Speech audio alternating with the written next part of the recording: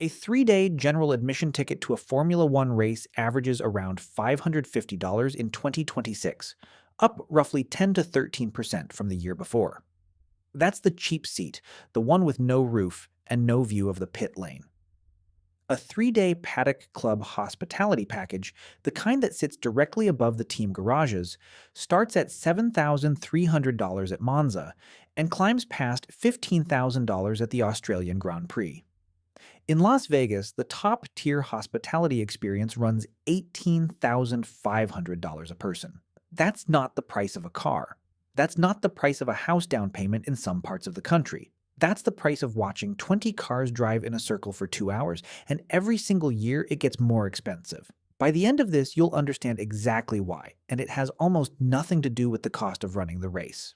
Start with the single number that explains the entire industry. Formula One's calendar is capped at 24 races a year. Not because more circuits don't want in, because Liberty Media, the American company that has owned F1's commercial rights since 2017, deliberately keeps the door nearly shut. More countries are actively lobbying for a race slot than there are open slots to give them. That's not a marketing phrase. That's the literal supply and demand mechanism driving every ticket price on the calendar. When a product is capped at 24 units a year and the waiting line to buy in keeps growing, the price of every single unit only moves in one direction. Here's the part almost nobody watching from the grandstand understands.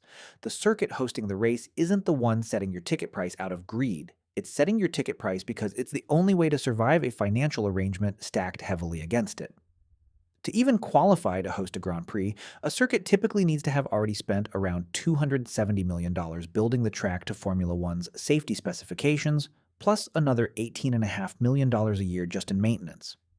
Then, once the track exists, the circuit has to pay Liberty Media an annual hosting fee, typically between $15 and $60 million, just for the right to have the race show up.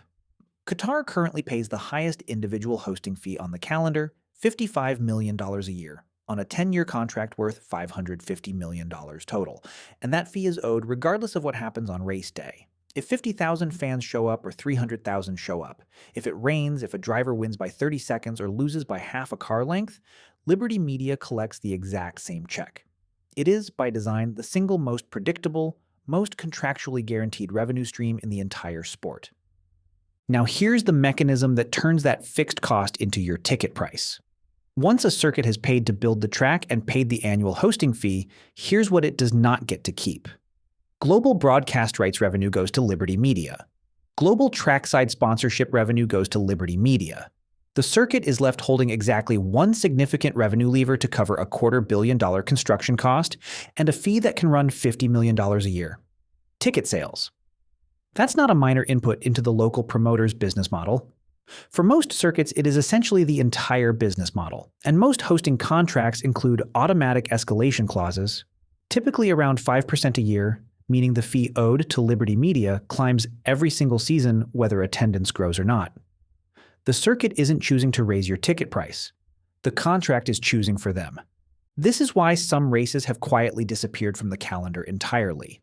India's Grand Prix back in 2013 lost $24 million in a single year and was gone within seasons. South Korea's race lost $37 million in 2012 and met the same fate. These weren't failed races because nobody wanted to watch Formula One. They were failed races because the promoter couldn't extract enough ticket and hospitality revenue to cover a hosting fee and construction cost that never goes down, only up. Here's where the story gets genuinely interesting, because the demand side of this equation changed dramatically, and it changed because of a television show, not a race result. Since Liberty Media acquired F1 in 2017, and especially since the Netflix docuseries Drive to Survive premiered in 2019, the sport's global audience has exploded. The FIA reported F1's global fan base at 827 million people, growing more than 10% year over year. American interest specifically surged so hard that F1 added 2 entirely new United States races, Miami in 2022 and Las Vegas in 2023, essentially building an entire second American fan base from scratch inside 5 years. More fans chasing the same fixed 24-race calendar is mathematically, the exact recipe for exploding prices. Nothing about the cars got more expensive to watch. The number of people who suddenly wanted to watch them did. Las Vegas is the clearest example of what happens when Liberty Media controls the entire equation directly instead of leasing it out to a local promoter.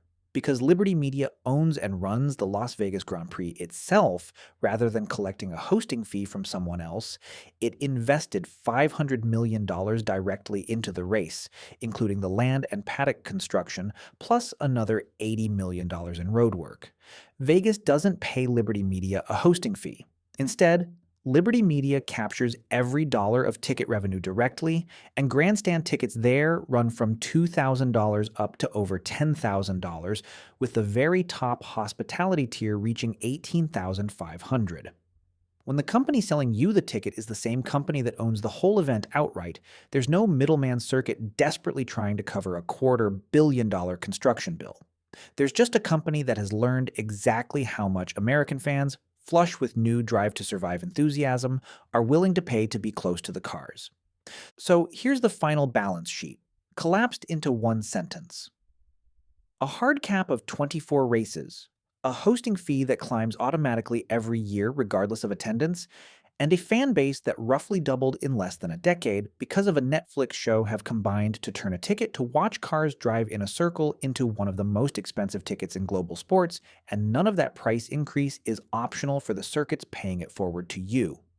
The circuit isn't the one getting rich off your ticket, it's the one desperately trying not to go the way of India and South Korea, both of which found out the hard way that in Formula One, the show only stays in town if the fans in the stands can cover a bill that was never going to stop rising.